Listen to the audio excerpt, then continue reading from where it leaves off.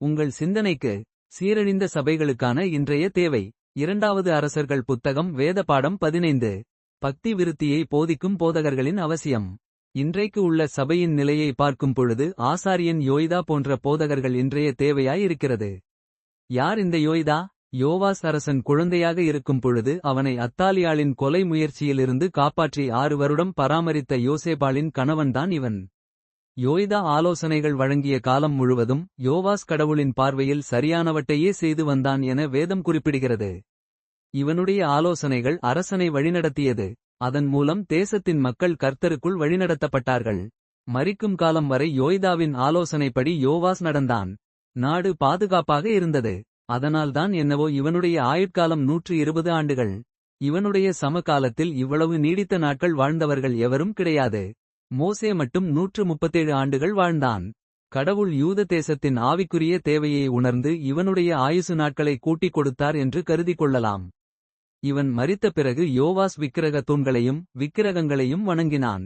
ஒரு காலகட்டத்தில் மிகச் சிறிய சீரியரின் படைக்கு மிகப்பெரிய இராணுவத்தை கொண்ட யோவாஸ் பயந்து தேவனின் ஆலயத்தில் உள்ள எல்லா தங்கத்தையும் எடுத்து அவற்றை சீரிய அரசனுக்கு கொடுத்து அனுப்பினான். இந்த நிகழ்ச்சி மூலம் தேவன் நமக்கு உணர்த்தும் பாடங்கள்.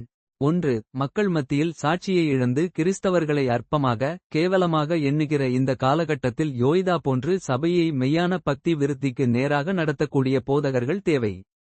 2. வெறுமனே உலக ஆசைகளை நிவர்த்தியாக்குகிற உபதேசங்களை விடுத்து இந்த உலகத்திற்கு வெளிச்சமாக உப்பாக எழும்பக்கூடிய விசுவாசிகளை உருவாக்க வேண்டும்.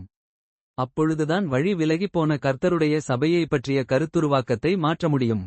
அது ஒன்றே இன்றைய கட்டாய தேவையாக இருக்கிறது.